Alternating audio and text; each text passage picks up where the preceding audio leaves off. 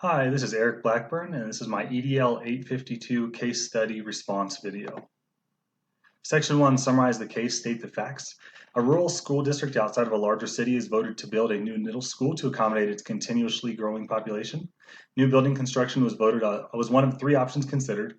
Ultimately, that's what the board chose, and ultimately only 53% of the community voted in favor of the new building. They've hired myself, Suzanne Potter, to serve as the principal of the new to-be-completed school. I was brought on staff one calendar year earlier than the school would be open to help with tasks such as hiring and curriculum designing. I assembled a committee to help me develop a vision and mission statement. I informed the committee that I did not want to be the chair of the group because I wanted to share leadership with staff members. When meeting with the group, they voted 7-1 that they wanted me to develop the vision statement, and they will get the school board, teachers, and community on board. Legal and ethical issues. Ethically, I have issue with the fact that they want me to develop a statement on my own. It is supposed to represent the thoughts of the committee, school, and community as a whole, not just myself. I also don't like the idea of the committee just agreeing with whatever I develop on my own. I don't need yes men. With my desire to share leadership, I do not want this vitally important task to be seen as simply my vision and not the vision of the group as a whole. Synthesize what has happened in one sentence. I've been hired as principal of a to-be-constructed middle school and have assembled a committee to develop a guiding vision statement. Rather than working with me to develop it, the group has stated they want me to come up with it on my own.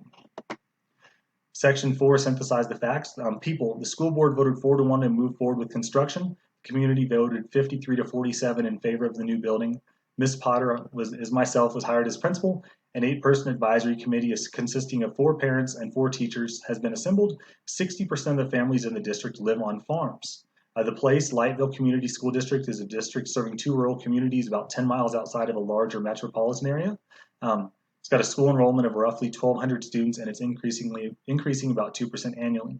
The program, newly hired principal, needs to be there to lead to be built 6th through 8th grade building, charged with hiring staff, developing programs to include the curriculum, and creating vision and mission statements.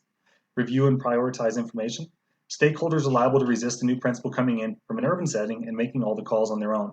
It is important that those on the advisory committee are active participants in developing the vision and mission statements, and not just serve as yes men. With only 53% of the community voting in support of the new construction, it is of utmost importance that they feel they have a voice in what happens in the new building. It's their money at work. Ms. Potter and myself is liable to be fighting an uphill battle in securing community support and approval because nearly half voted against building this school in the first place. So they've already got that kind of up in the air that they were against it, and they are then forced to pay for it anyway. The school board that voted to build the new school, Ms. Potter, teachers, students, parents, and taxpayers all have a vested interest in the success of the new building. If the current members of the advisory committee aren't willing to be active participants in developing the statements, perhaps other stakeholders will be willing to step up and fill their void. I need to visit with the school board and explain my concerns and gauge their feelings about me developing the statements independently. Section 6, identify options and possible consequences. Option 1, take no action. I'll develop the statements on my own as the committee has requested.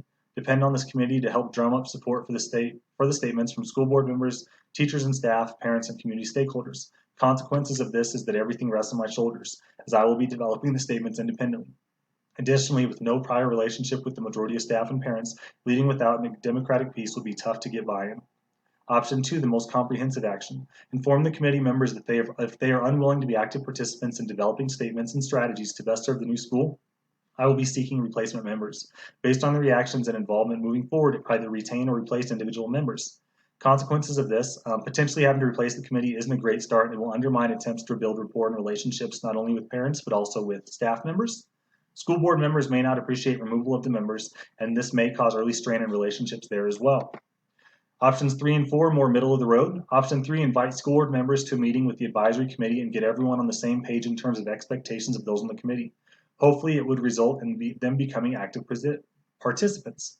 Consequences of option 3.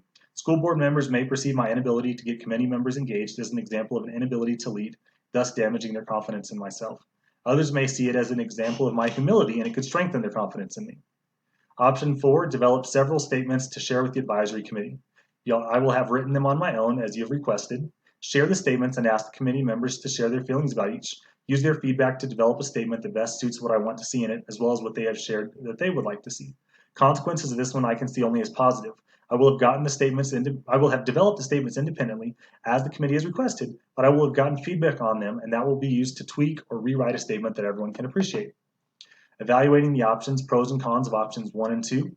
The pros of option 1 is I appease the advisory committee and I am able to write statements exactly as I want them to be written.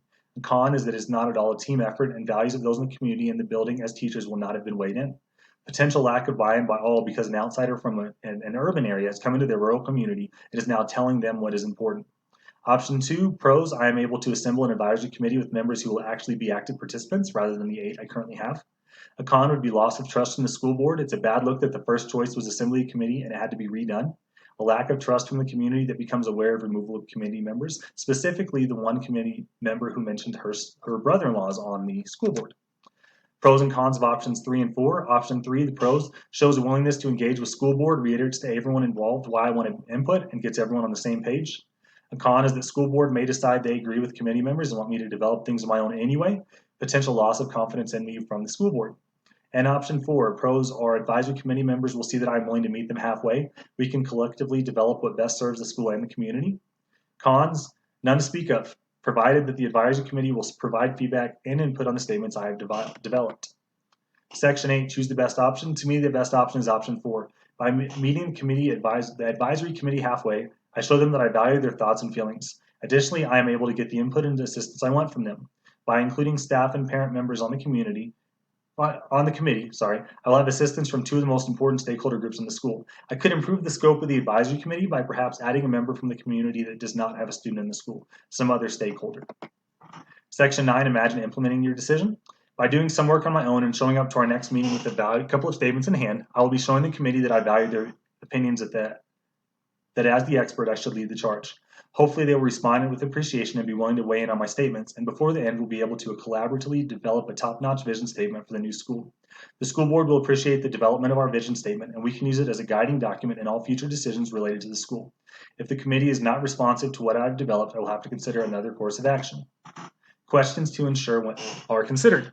Why is it important to develop and implement a vision and goals? So the vision basically lays out what your entire school wants to do and works right there to accomplish the goals. The definition of a visionary leader, I would say, is somebody that leads by looking at the future.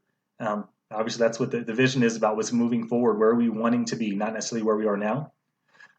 What should the relationship between a mission statement and a vision statement be? A mission statement is what you're doing along the way. Your vision is what you want to be. So your mission helps you to achieve your vision. Is too much emphasis being placed on the development of a vision statement prior to the opening of a school? And why or why not? I say certainly not.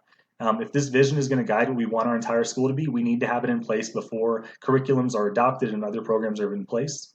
At several points in the case, Helen alludes to the community's expectations of administrators. Are these expectations typical of those found in most school systems?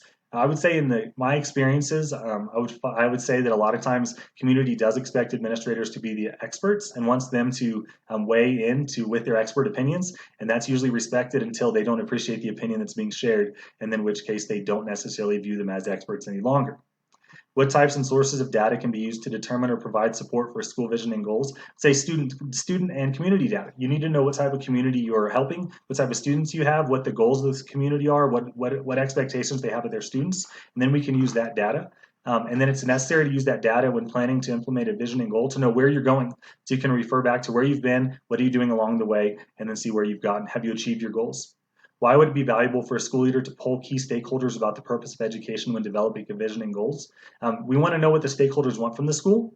If we're doing one thing and the school stakeholders all want something entirely different, then we're not going to be able to come together on a common ground. There's not going to be satisfaction, and there's going to be a lot of rumblings, and you're not going to have support from your community and your stakeholders, which you need. So you need to make sure that within reason we're doing what the community stakeholders value as important. We need to make sure they understand what we're doing and also can come together with us.